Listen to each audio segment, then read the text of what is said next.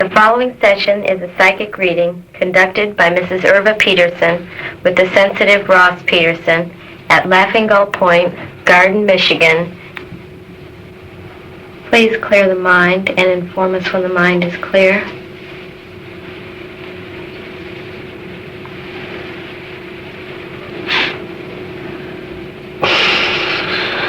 The mind is clear.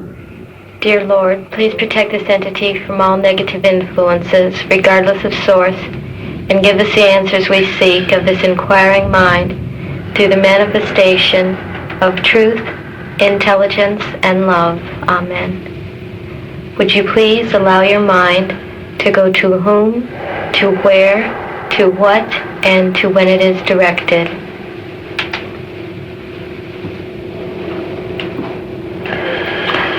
The questions we have all basically pertain to ill health and its cause, and are designed to be available to the general public in aiding the greatest number of people toward the furthering of their soul development. Please adapt your answers to the fulfillment of this objective, and phrase your answers to the comprehension level of the layman rather than to the specialist. What is the cause of physical disease? Whether it is understood or not, or whether it is accepted or not, all illnesses of any entity are the end result of sin. Sinful what? Sin first in that of the thoughts. For thoughts are real, as real as anything he might know. Man is on the brink of developing mechanical contrivances that will eventually be able to measure the length of wave that is contained within a single thought. When this is consummated, then you will find that of the records that man knows as the Akashic records will be available to all by employing mechanical means. Then man will be able to explore specific causes of illness with specific individuals. However, for that would be most helpful now, the sins, and there are many misconceptions of what is sinful and what not, is that ultimately causes a disruption within the physical form. In order to more easily understand this, we would have to discuss the subject of matter, as man knows matter, density, or the lack of that of the same. Now, if ye would take any physical body, or any object that ye know as matter, ye would find that it is composed basically of what man knows as atoms. Now, if you would explore the structure of an atom and go inward into that of an atom, you would find within the atom many mini-atoms. For you could go inward and inward and inward and inward forever, yet you would never truly touch upon that man knows as matter. For in actuality, density is nothing more than the end result of a gathering or conglomeration of thought. This is the creative force of God expressed in its simplest terms. For all things are of God and of the force of God. If man but knew of the powers of his mind, then man could create a world in an instant, as God is capable of doing so. However, in order to more easily understand life in this dimension, it is best to look to the mind, for mind is the builder, mind is the master, mind is the direct link to the creative forces. Now, the thought of mind is transmitted to every atom of a physical body. For this atom is in a constant state of vibration and can be honestly considered a universe within itself. And contained within this universe might be a planet, and contained within that planet might be universes within universes within universes. All are vibration. All are a portion or an extension of the thinking process. For that is held in the mind in the form of thoughts ultimately must always be produced within that of the physical form. Now, if any entity so chooses, and it is within the providence of any that do so choose, they can duplicate, they can emulate, they can copy, so to speak, that of the tenet that was laid down by he who was the master, Jesus, who attained the Christ consciousness. This entity and many others have fulfilled their purpose in this dimension by so knowing the law and understanding the law that they become the law. And when they do, they radiate perfect health. Now, is this to say that these masters never wearied of flesh, never felt tired, never felt listless or despondent? Nay, this is not that is indicated. For the master and the other masters were weary to their very bones at times, were tired, and occasionally there were those who imbibed a little too much of the food and drink and did suffer the consequences. But nonetheless, they would radiate what might be known as perfect health in this dimension. Now understand, first of all, the physical body itself is an expression of selfishness. And the sin of self must be answered. If there would be a mind that would be filled with peace and tranquility, one who would not condemn, one who would not hate, one who would not envy, one who would not judge, then you would find that the average lifetime of that entity in that of the flesh should be roughly between 120 and 140 years, as ye count time.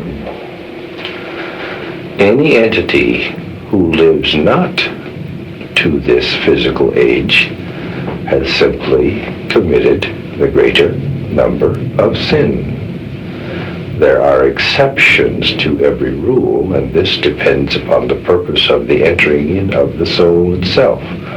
But ye can safely say for most that the earlier the demise of the physical body, the greater the amount of sinful thinking.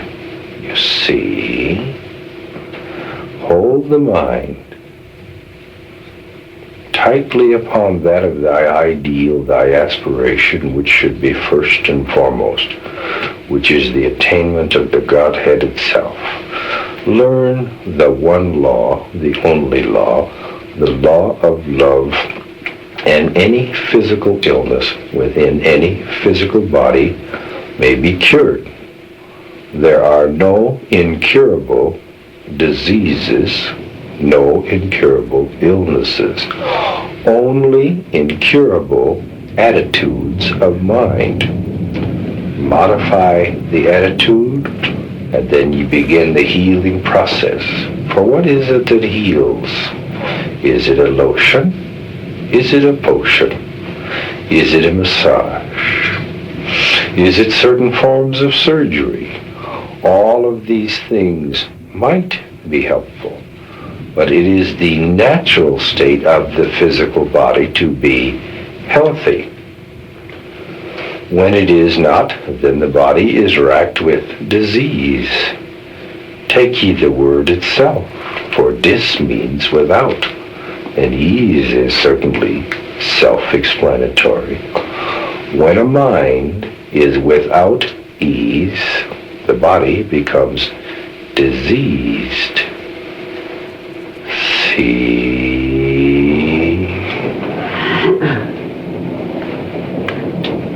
Would you please give us some illustrations of the diseases that are linked with particular mental attitudes? We can give ye some, although ye know the causes would be legion. Ye may take an individual that experiences deformity in part of the body, and we might enumerate anywhere from 1 million to 3 million different specific causes. The question cannot be encompassed within that of the finite scope of man's mind, for in reality, that was the sin or the cause of a disruption existing within that physical form can go unto the infinite. However, there are certain generalities that we may speak of. If ye would find those that would be stiff and unyielding in their thinking, those who can be narrow, opinionated, and ultra-conservative, those who would be defined as most judgmental, then ye may rest assured that their body at some time will become rigid, as is their thinking.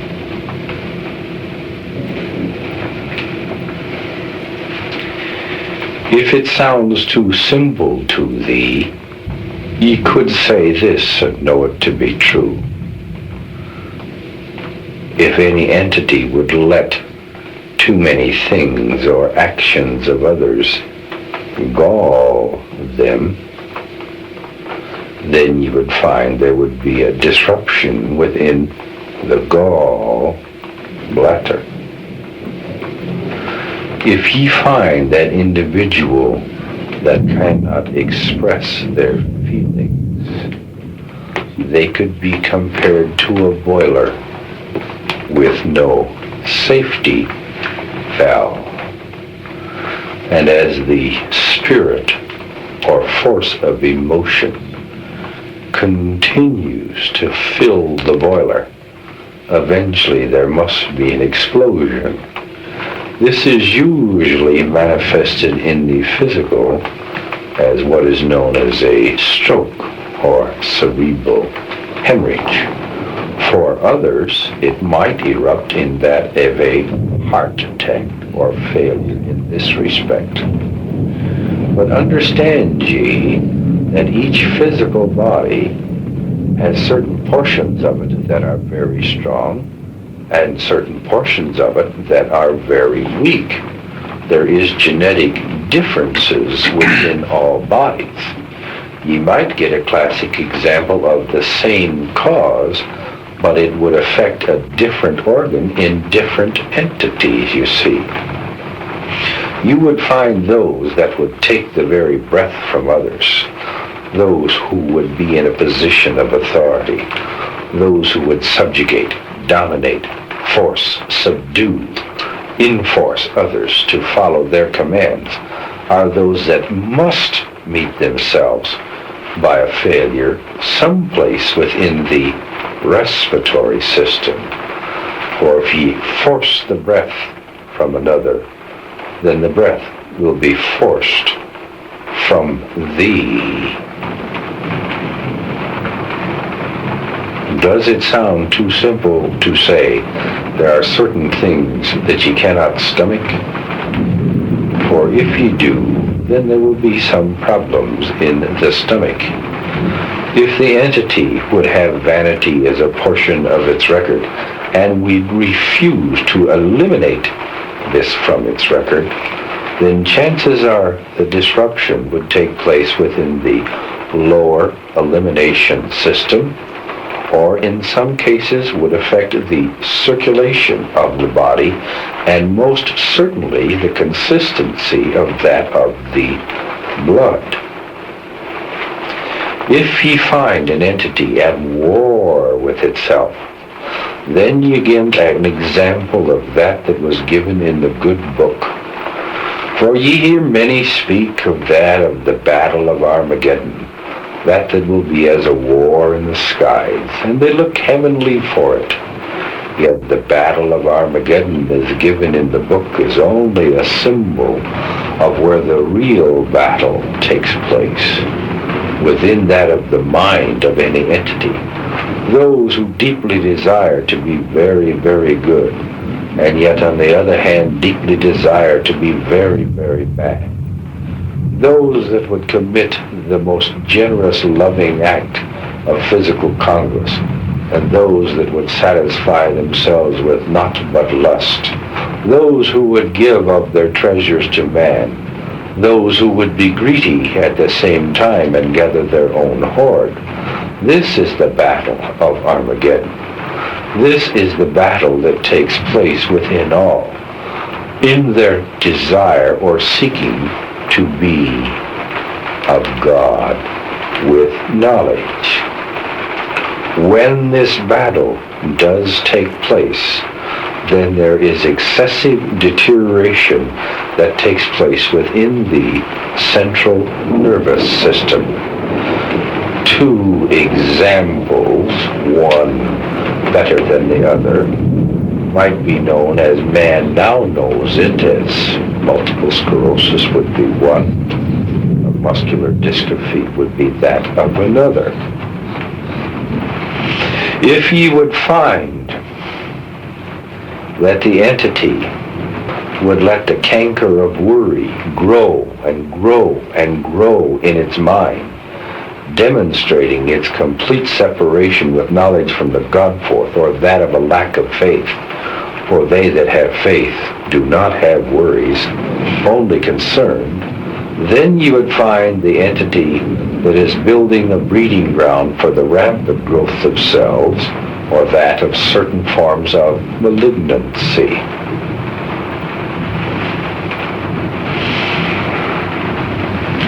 Ye may look to certain aspects of diseases that are found within that of the blood, and of the accompanying organs that are responsible for the cleansing of that of the same. The diseases of the blood can be easily ascertained as to cause if you would explore that is laid down symbolically by those of certain faiths in taking of the blood of Christ. In this symbolic act, they attempt to take upon that of the Christ consciousness. Those that refuse by their choice, which is their God-given right, to take on the Christ consciousness, most usually will suffer from some imbalance within that of the blood. As a contributing factor, there are many diseases of the kidney and of this portion of the elimination system. But what is the function of the kidney?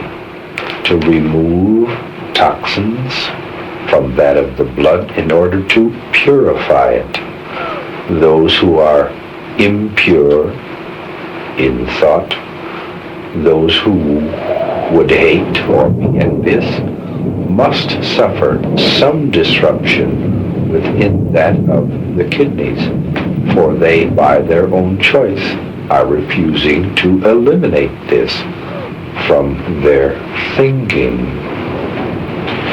Ye might take this as an example. There were those days when there were purges in the church. This is within 5 or 6 centuries, as ye know time. And many were put to what would be known as the rack, where the body was stretched to the point of excruciating physical torture. Was a portion of the record. Suppose ye were that torturer. Suppose ye were the one that did turn that rack and caused these bodies to be deformed. Would it be a sin? In one case it could be, and in another case it could not be. In that it could be is that one that would turn the wheel of the rack delighted in the screams of the tormented, then ye may rest assured that this entity would remain tormented, and chances are would come back with a deformed body, perhaps a condition of scoliosis or some other. What if ye were the one that did turn the wheel of the rack and were so ordered to do, and yet ye felt compassion and sorrow for those that were being tortured? Would ye come back deformed? Nay, chances are that ye would come back and be in a position most high of one who was loving, one who was gentle, would probably be an excellent nurse or an unusual physician, one who would cure the ills, the cries of torture that would come from a physical form. Ye may take that one who has lived lifetimes of gluttony, and chances are they will retain a certain degree of the sensual passion for the taste and flavors of foods. Consequently, they will have a tendency to become obese. By dealing not in moderation in regards to food, they impair circulation, they impair elimination, and many other factors that are in harmony within the physical form. You may take those diseases that are classified or known by man as karmic in nature, although all diseases in actuality are karmic. But those that would be brought forth from other lifetimes and would produce the most severe disruptions within that of the physical form must center themselves someplace within that of the endocrine systems. You may take that one who had engaged in serious forms of witchcraft, tending and desiring only to dominate others, then that entity will be dominated, and that entity will have problems, you may rest assured, within its endocrine system.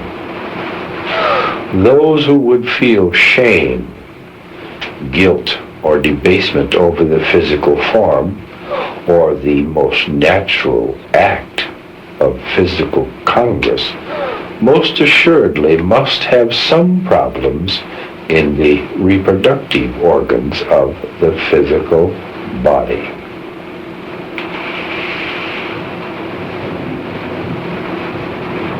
Those who would revere the power of the body most assuredly will return to a body that is weak and sickly.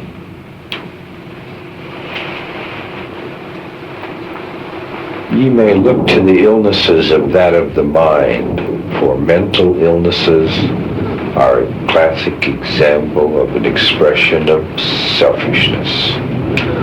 For all mental illnesses, although some might be diagnosed as organic in nature, can be found at the seat of the cause of thinking of nothing but self, self, self.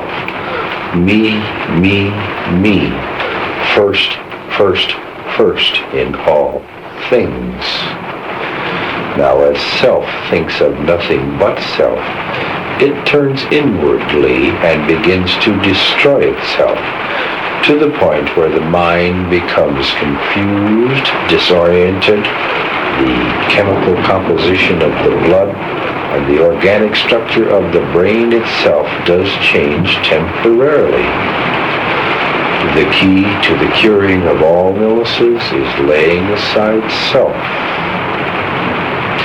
We could go on, and we could go on, and we could go on, for man would think of diseases, and that it would strike him as most unfortunate indeed.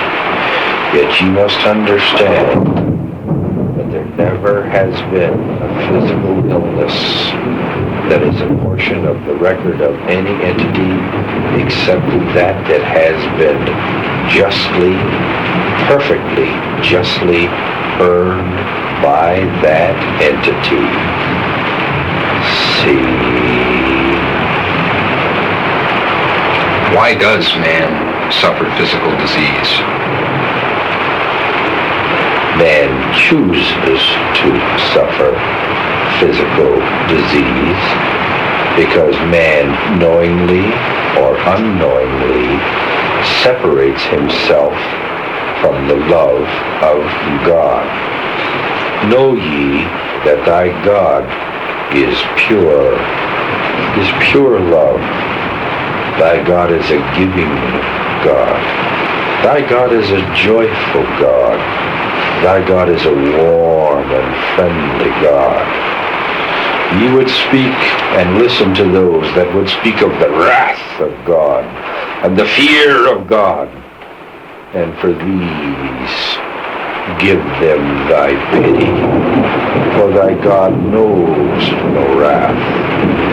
And if ye would fear thy God, ye would produce a physical illness in thy body that would probably begin as diabetes. If ye would hold thy God in awe, yea, we would agree, but not fear. It is the choice of man of what they would do with their thinking that causes them ill or well. See? Thank you. We have no more questions. Then please awaken this physical form, for we have finished. Please remove all negative influences from this entity now.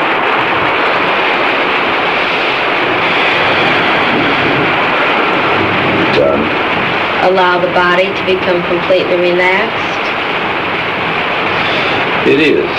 Allow any further healing which may take place now.